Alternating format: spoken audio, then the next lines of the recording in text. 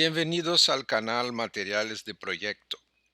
Soy Edson Mafuz, arquitecto y profesor de proyectos en la Facultad de Arquitectura de la Universidad Federal de Rio Grande do Sul, Porto Alegre, Brasil.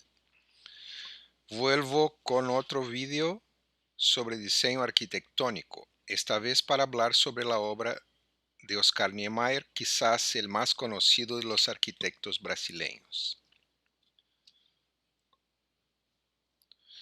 Oscar Niemeyer aparece en la década de 1940 con proyectos y obras de gran calidad que ayudan a que la incipiente arquitectura brasileña moderna sea conocida y admirada en el exterior.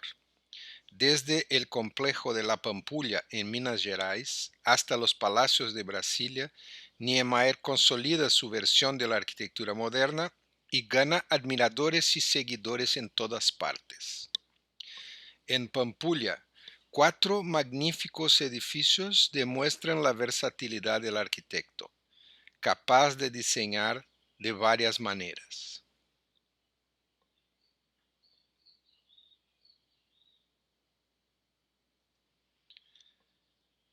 En el Parque Ibirapuera, la gran sorpresa de encontrar un espacio interior vibrante dentro de un edificio algo anodino visto desde el exterior.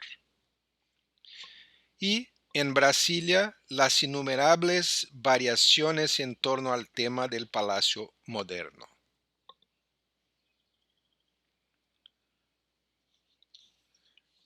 Al mismo tiempo que es sin duda el más famoso de los arquitectos brasileños, la obra de Oscar Niemeyer permanece rodeada de misterio y mitos.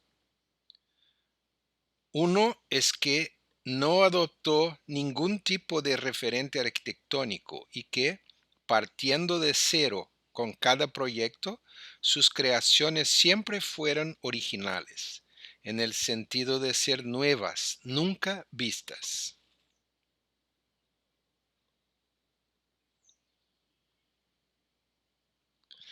El propio arquitecto alimentó estos mitos al no explicar cómo diseñó y respaldó el mito de que la arquitectura no se aprende, que se nace arquitecto. Cuando explicó algo, solo mencionó referencias no arquitectónicas, lo que solo ayuda a mitificar su producción.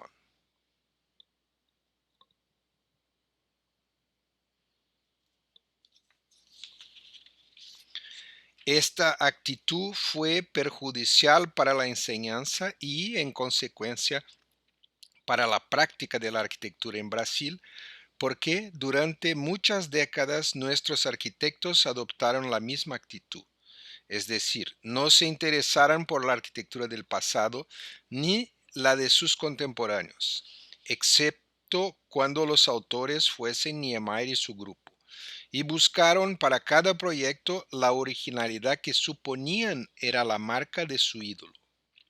El resultado de esto se puede ver en cualquier ciudad brasileña, donde predomina una arquitectura media de muy baja calidad, a diferencia de lo que ocurre en nuestros vecinos Uruguay y Argentina. Primero, hablemos de las influencias. Es obvio que Le Corbusier fue la primera y más fuerte influencia, a quien Niemeyer estuvo directamente expuesto cuando se realizó el proyecto del Ministerio de Educación y Salud, ya que el arquitecto franco-suizo actuó como consultor del equipo brasileño del que Niemeyer formó parte como estudiante. Basta con examinar sus primeros proyectos para ver la presencia del esquema dominó y otros proyectos de Le Corbusier como punto de partida de Niemeyer. Por ejemplo, el Palacio de los Soviets de Le Corbusier sirvió como punto de partida para varias obras de Niemeyer, lo cual no es un demérito, ya que así lo hacen todos los arquitectos, y no solo al inicio de sus carreras, como lo demuestra la obra de alguien como Arne Jacobsen.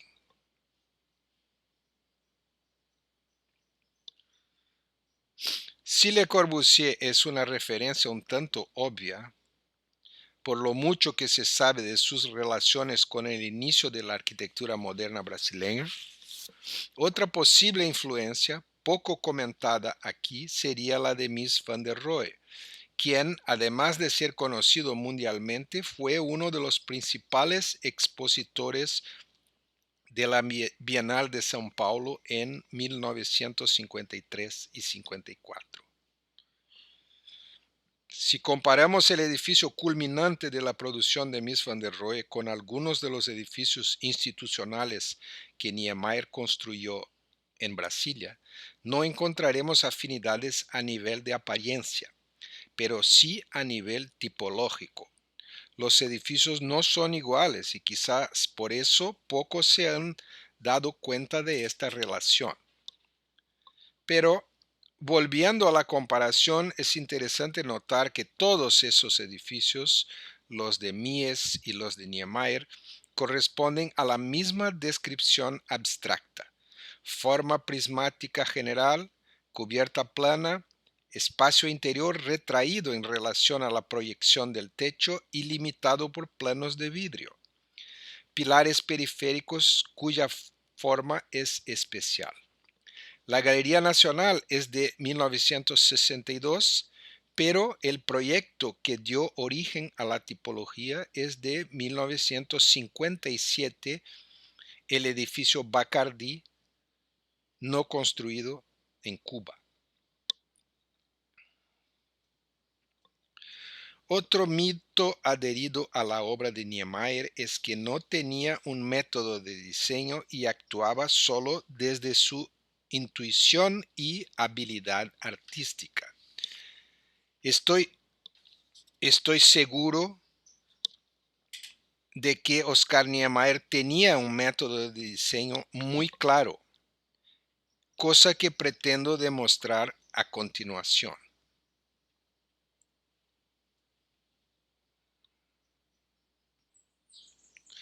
Este es el punto más importante de este video, ya que revela lo que creo es el método de diseño de Niemeyer. Hay dos estrategias compositivas que se alternan, organizando un repertorio casi fijo de elementos. Casi va entre comillas porque el repertorio de Niemeyer no es estático y evolucionó con el tiempo poco a poco.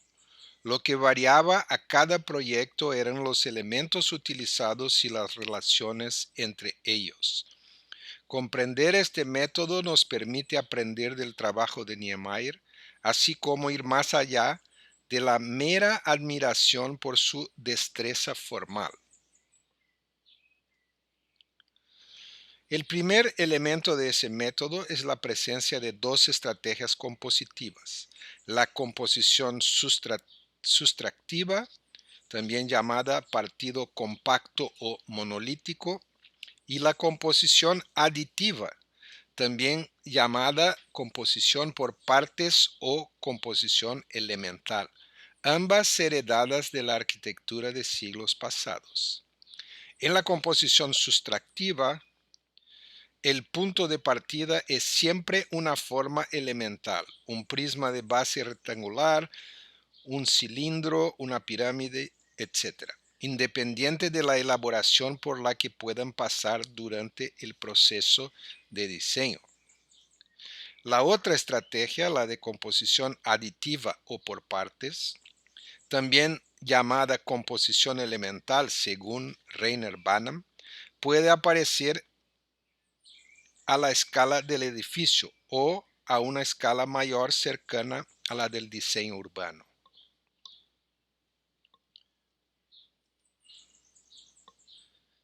En la composición por partes a la escala del edificio existen al menos dos componentes reconocibles como volúmenes. En muchos casos, estos componentes coinciden con partes importantes del programa funcional.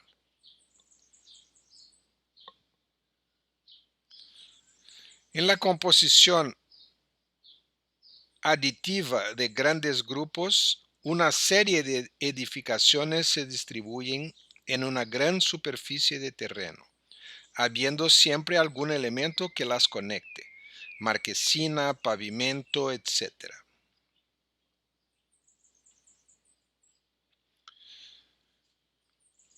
El Parque Ibirapuera, quizá mucho más conocido por esa gigantesca marquesina que por los edificios que conecta.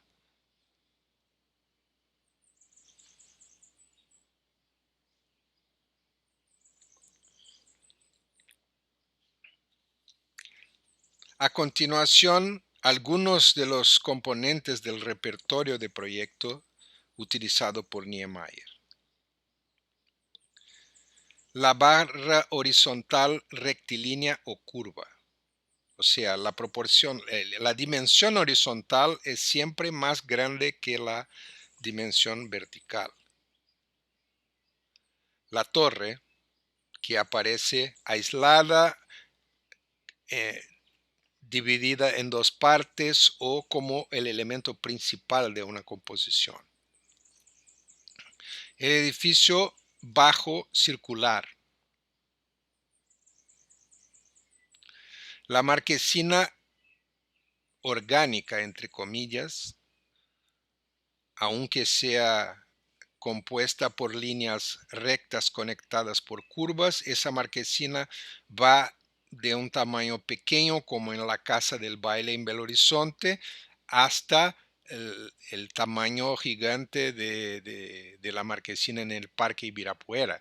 Y también en alguna ocasión puede ser un elemento habitable, un elemento que contiene espacio, como en ese edificio para la CESP en São Paulo. La plataforma alfombra, lo que es en verdad una pavimentación que conecta elementos, como la alfombra en la casa de uno, en el salón de estar de la casa de uno. eh, Se suele tener una alfombra que conecta las sillas, el sofá, etc. Lo mismo pasa en el proyecto para la Universidad de Constantin. Y la otra variación es la plataforma habitable, como en el Congreso Nacional en Brasilia, donde ese elemento horizontal que tiene sobre ello las cúpulas semiesféricas es un espacio habitable, contiene espacio interior. Las bóvedas de forma libre, que tienen su origen muy en el comienzo de la carrera de Niemeyer en la capilla de Pampulha, y casi siempre están presentes en sus conjuntos. Los edificios cúpula, que pueden ser no más que una calota, o sea, una fracción de una esfera, o pueden ser edificios cuya forma es generada por la rotación de un elemento curvo sobre un círculo, resultando en algo como ese edificio que aparece a la izquierda arriba, o como esa mezquita en Argel. Y por último, el edificio viga, que es un edificio que tiene una estructura periférica de donde cuelga el edificio propiamente dicho, ¿no? Se ve en varias situaciones. El, el propósito, me imagino, sea liberar la planta baja. Algunas veces se ve que el edificio tiene vacía la planta baja, pero también hay un espacio entre la caja vidriada y la cubierta del edificio, como en el proyecto de la editorial Mondadori en Milán.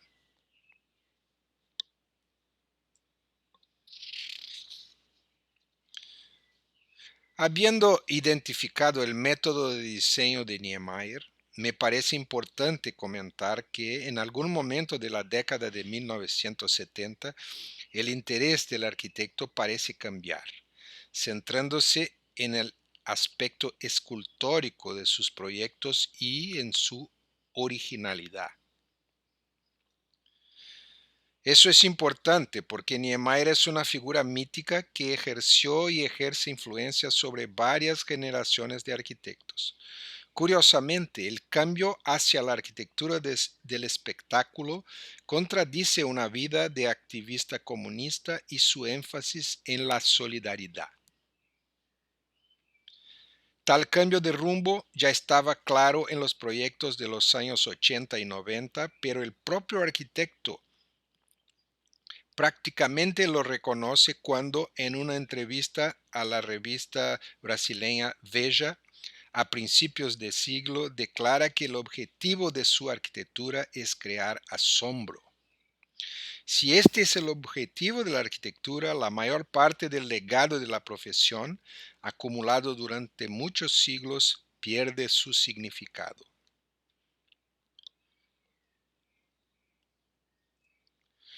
En los proyectos llevados a cabo en las dos últimas décadas del siglo XX, el método está presente, las mismas estrategias y elementos, pero los problemas ya superan a las virtudes. El proyecto del Memorial de América Latina es una obra con muchos problemas. Mala relación con el entorno, falta de confort y eficiencia energética, espacios abiertos sin definición y busca de proezas estructurales sin sentido.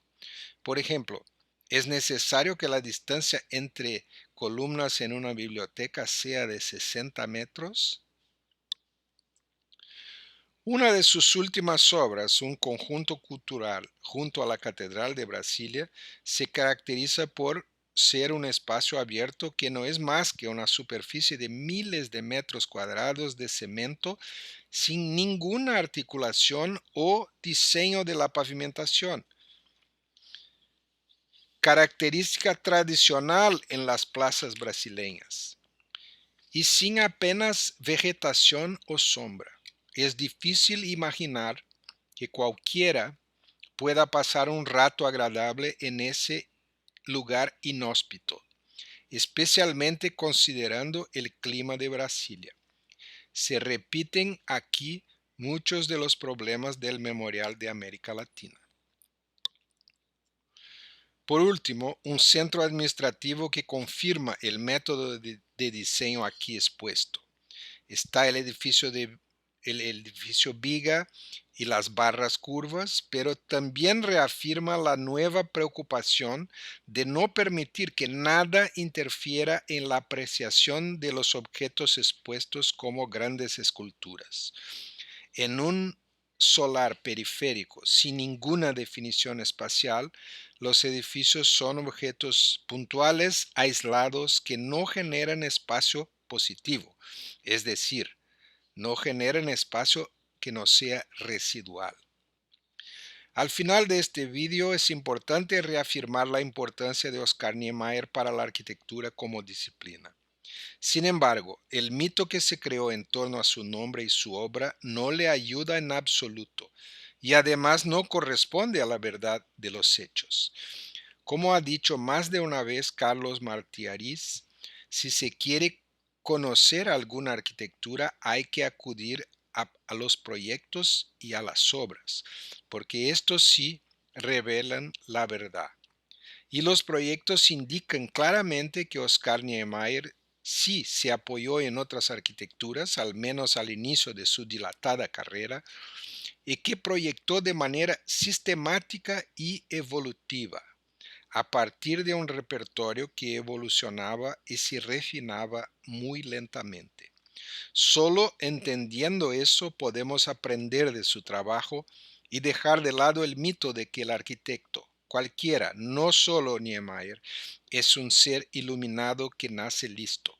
Mantener este mito es inducir a miles de estudiantes a creer que la arquitectura no se puede aprender y es algo para genios.